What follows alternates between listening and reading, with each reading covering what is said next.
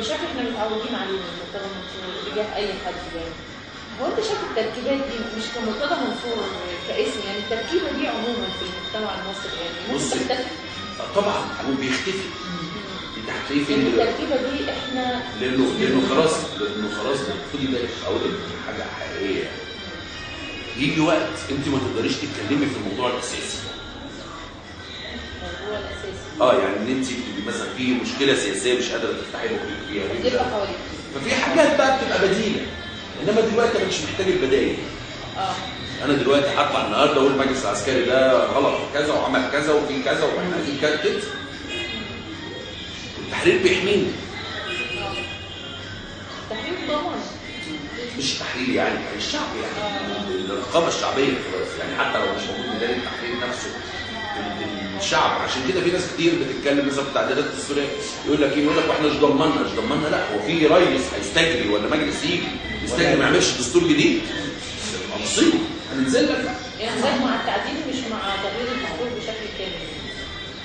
تعديل بنود السته اللي بيتم طرحهم والله لا انا شايف ان احنا لو قدرنا ان احنا يعني نكسب وقت والبلد مش في حمل مخمضه 2 برلماني و2 رئاسي، لو نعمل الدستور من اول نخلص.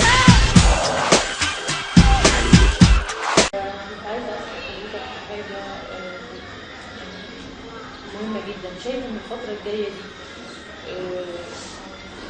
دور الاعلام هيبقى دور خطر ولا هيبقى دور فيه استفاده عاليه جدا للناس، وخصوصا ان مصر كان فيها مشكله وهي ان احنا ما عندناش اي نوع من الوعي السياسي تماما. النظام ده اما بسافر لندن في 3 محطات للبي سي اللي هو تلفزيون ما يسمى تلفزيون الدوله مش الحكومه الدوله الاولى والثانيه والثالثه ده البي بي سي 3 محطات. احنا عندنا 40 محطه. 3 محطات دول فيهم ميزه غريبه جدا ان انت لو نقلت من الاولى للثانيه هتلاقي حاجه تستفيدي منها. ليه من الثانيه للثالثه؟ فكره الاعلام مفيد يعني حتى لو انك ازاي تعملي شوربه الكوسه بالكسل. انت فاهم ازاي؟ احنا حتى برامج الطبخ بتاعتنا بقت مستفزه جدا. يعني انت تعيدي القدره ان انت تعيدي فتاه صالحه اللي هو زمان بقى كانوا يجيبوا ازاي تعمل الزرار بتاع القميص وازاي تكوي ده في البي بي سي.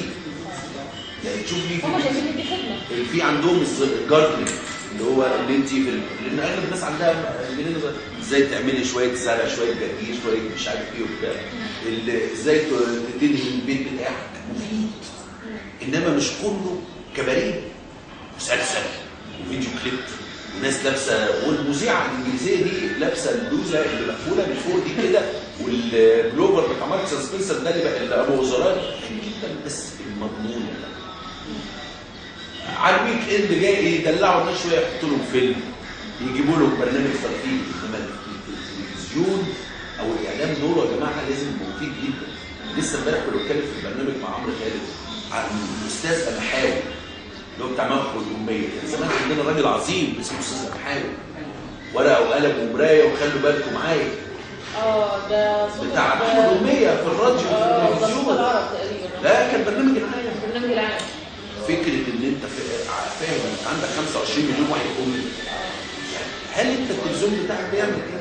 عندنا 40 محطه مفيش حد يطلع يقول لهم من البيت حله وتحتيها نقطه الف فلوس دوره مش كده. احنا محتاجين في المرحله الجايه اعلام مفيد وده اللي انا بحاول اعمله. اشرح للناس دستور، اشرح للناس حياه اجتماعيه، اشرح للناس ازاي. يعني انا مثلا الاسبوع الجاي عامل حلقه عن تربيه البنات. ليه عن تربيه البنات؟ احنا طول الوقت بنتكلم عن التعليم مش على التربيه. وليه البنات بالتحديد؟ لان البنت دي هي اللي هتبقى الام والام دي هي اللي هتجيب الجيل الجاي. الاشياء دي مفيده جدا. انت وانت قاعده في البيت يطلع لك واحد يقول لك البنت تربيها ازاي وتكلميها ازاي وتقولي لها شعرها يتعمل ازاي تتعامل مع الناس وازاي تتعامل مع الجنس الاخر. لازم تبتدي في اشياء كتير الناس في مصر عايزه تتعلمها. ازاي تاكل، ازاي تصلي، ازاي مش عارف ايه. والله العظيم نص الجيل اللي موجود ده مش عارفين يطبخوا ازاي. يعني مسيحي. ده يخليني اقول لك يعني هل حضرتك شايف مبنى مسجد بما حدث فيه طوال السنين اللي فاتوا، مش هنتكلم عن انس الفقي بس وما قبل، يعني حصل نوع من اخلاء المبنى من اي موهبه لها صوت، من اي صوت. هل شايف ان المبنى ممكن يتم ترميمه ويشيل نفسه ويعمل اعلان؟ كل حاجه بص شفت كل حاجه ممكن تحصل. يعني النهارده جايبين خبر انه عمرو خالد هيبقى سهره يوم الخميس في التلفزيون المصري. ده كان مين يحلم بالحياه؟ كان نوال بالمعين برنامج على الهواء تلفزيون مصر. صح فعلا ان الضغط اللي بينزعجني زي مين؟ زي كده من فانا احمد موسى. ما طفشتوش لاحمد خلاص ما فيش داعي لاحمد مشاهد. لما حصل الفتره بتاعت التوقف دول في ناس قررت انها تروح محطات تانيه. طب مفيد فوزي استاذ مفيد ما يحبش يشتغل لوحده. انما انا طب ما انا كان ممكن اقول لهم اشتغل لوحدي مثلا لا طفش ليه؟ بالعكس انا دايما بطلب وبجيب له وزير انا ما اعرفش اشتغل لوحدي. يعني معظمهم بيبقوا فنانين او في مشاريع موجود وكان احمد موسى موجود. برنامج اتعرض لهجوم بمناسبه الميلاد في الحلقه اللي اتكلمت فيها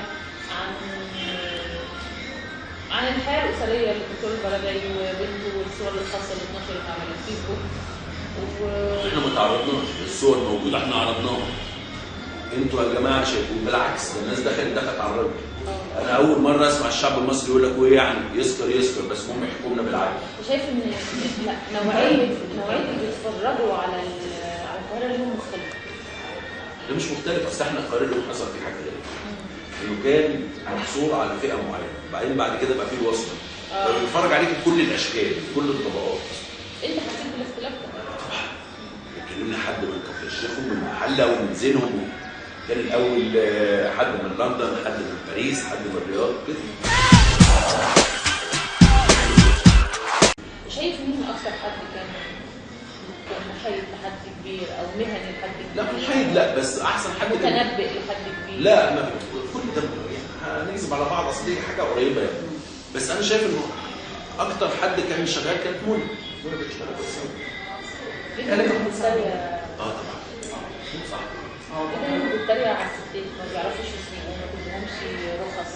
لا انا دايما بس ممكن تبقى مذيعه كويسه. يعني انا مش علاقه بوجهه نظرك؟ لا ممكن مذيعه كويسه بس لا تسوق ولا تشتغل ولا تنزل الشارع ولا يعني ولا يعني. طب تعمل ايه؟ ما فكرتش عمرك انك تقوي بنفسك؟ بس ما بعرفش سنه صح. يعني انا اكمل سنتين ثلاثه كمان يبقى حلو قوي. لو مش شكرا.